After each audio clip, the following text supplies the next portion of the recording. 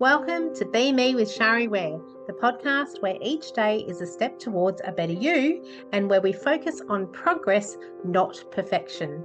Join me as we embark on a journey of self-improvement and wellness, focusing on being just a little better than we were yesterday. Hello and welcome to episode 17 of the Be Me podcast. My name's Shari Ware. I'm your host, and in this episode, we're talking about the power of your self-talk and how your language shapes your reality. So when I was looking for a quote for this topic, I found one from the beautiful Louise Hay, which is not a surprise.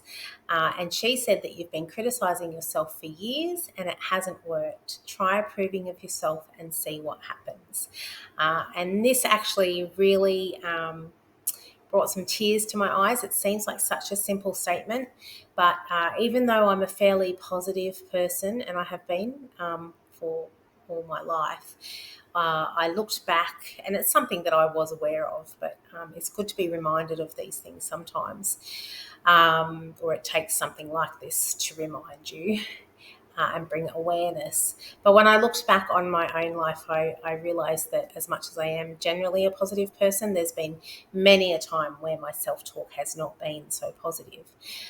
It's something that I work on daily. It makes such a big difference in our lives, the way that we speak to ourselves and our self-talk. And exactly as she says, it's the negative self-talk is not working. So try the positive self-talk and see how that works. And I promise you it works a whole lot better than the negative does. Hopefully you already know about Louise Hay. She contributed so much to the space of self-love and self-worth. And her story is amazing in that she didn't even really get her break in this space or get started in this space until her 50s. So it just goes to show that it's never too late. She made such a big impact on the world. She contributed so much in this space and has helped so many people with what she contributed. So if you haven't already come across her, I highly recommend you checking her out, and I will put a link in the show notes for you to do that. She wrote an amazing book, You Can Heal Your Life. I definitely implement a lot of things, a lot of her teachings into my life, and will continue to do so for the rest of my life, I'm sure. All right, so let's talk about self-talk and the impact of language. The first thing I want to talk about is labels. So labels are those, we give ourselves labels, other people give us labels. You may not realise that you have labels. Awareness is always the first step. So what is a label? A label is, sometimes you hear sayings of, oh, she's the fat one in the family, or he's the smart one, or she's the athletic one, or they're all labels. And as I said before, they can be given to us by other people, or we can give them to ourselves. So what I want to say about labels is that when they're negative, the brain is always listening. Your subconscious brain is always listening. It listens to every single thing, whether you're aware of it or not, and it doesn't get context. So, sometimes, and I know I've done this, all of these things apply to me, and I've realised the impact that they have on my own life, and I know that I'm a human being just like everybody else is a human being, and if it impacts me or affects me, then it can definitely be impacting other people. So that's why I like to do podcast episodes and newsletter articles and things like that on these kinds of things, because they apply to most of us. If you're a human being, then it most likely applies to you. So, sometimes we might give ourselves labels like, I'm a fatty boomba.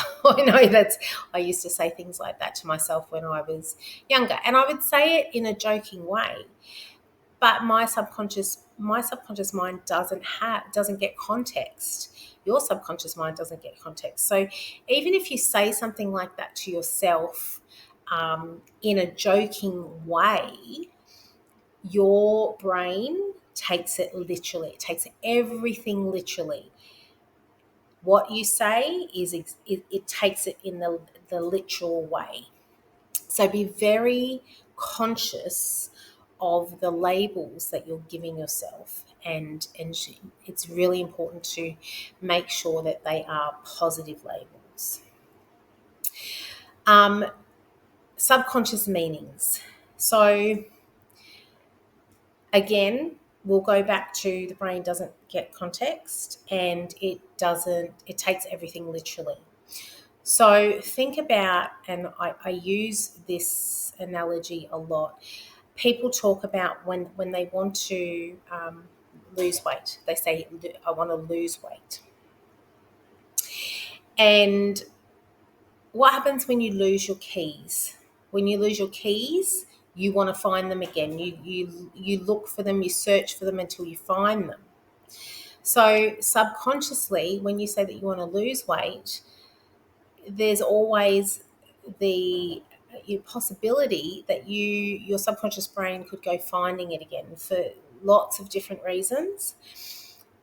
So using the term release weight, because when you release something, what are you doing? When you release something, you're letting it go. You don't want it to come back. You're releasing it. So that's definitely a better term. Or you could also use something like donate kilos to the universe. Anything like that, but just being conscious of the fact that your subconscious brain, not talking about your conscious brain, but your subconscious brain takes everything literally, and it applies a meaning that you may not necessarily consciously be intending. Also, the word should. The word should be, pun intended, should be deleted from your vocabulary. Why?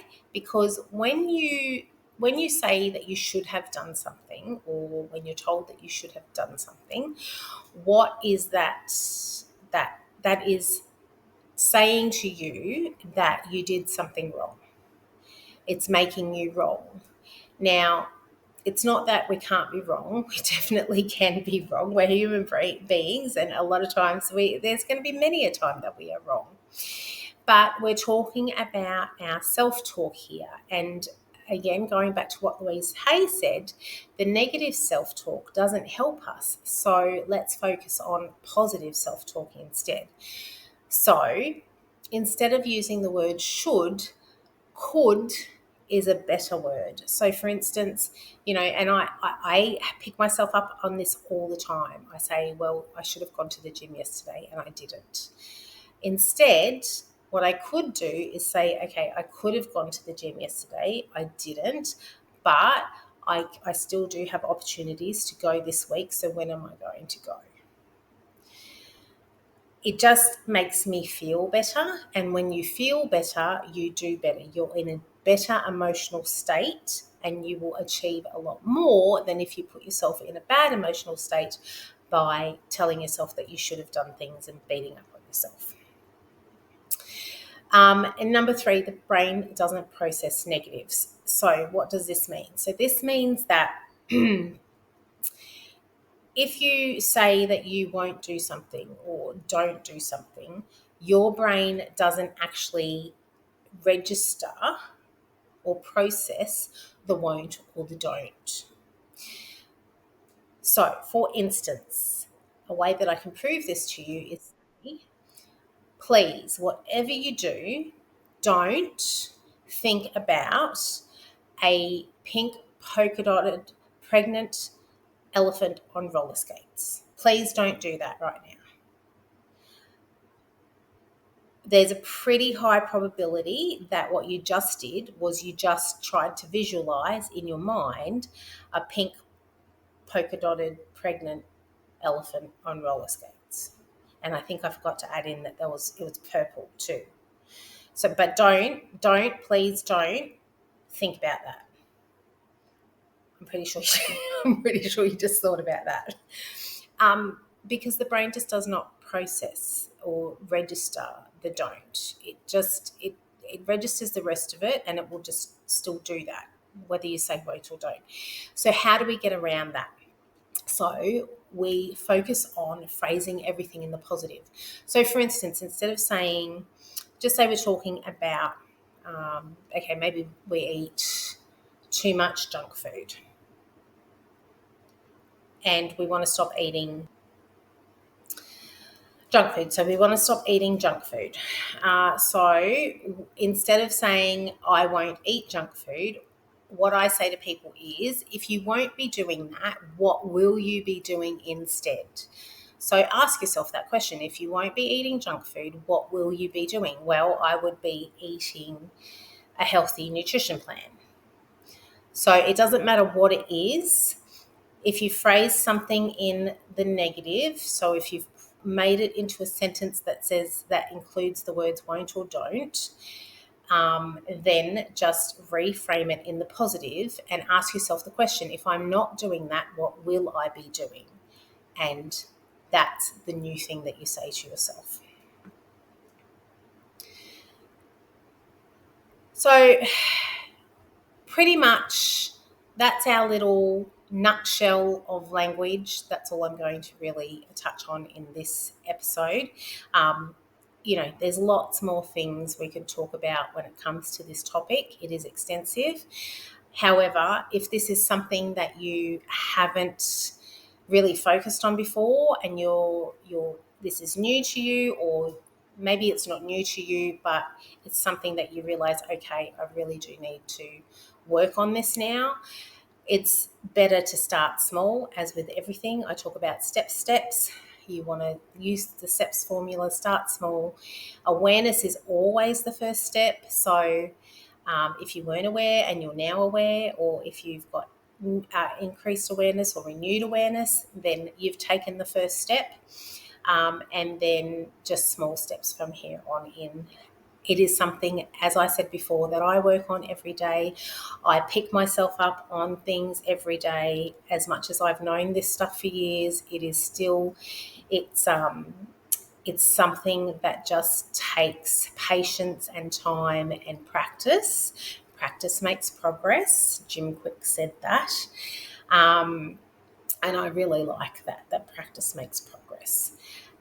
So remember, and I say remember, I don't say, so many times we say, and this is just another little language thing, people say don't forget, but the brain doesn't process negatives. So if you're not forgetting, what will you be doing? You'll be remembering. So remember, it's not about being perfect. It's just about doing a little better than we did yesterday. That's pretty much it for this episode. I will direct you to the corresponding Be Me Bites edition, which is Be Me Bites 15, The Impact of Language, How Self-Talk Shapes Your Reality. And I always direct people to the Be Me Bites edition if there is one, because I don't script my podcast episodes. I just, whatever comes out, comes out. I do have some notes I refer to, but that's pretty much it. And there's generally things in the written edition that I may have forgotten to add into the podcast episode, and there's always extra resources that I give you that could be helpful for this particular topic. So definitely go and check that out. And I'll put the notes in the show notes for you. Anything that I've mentioned, I'll put the notes in the show notes for you. And until the next episode, keep taking one step at a time. See ya. Thank you so much for joining me on this episode. Remember to check out the show notes, and if you have any comments, feedback or suggestions, I'd love to hear them. If you've received value from this podcast, make sure to subscribe, and I'd love you to rate and review the show. Have a fabulous day.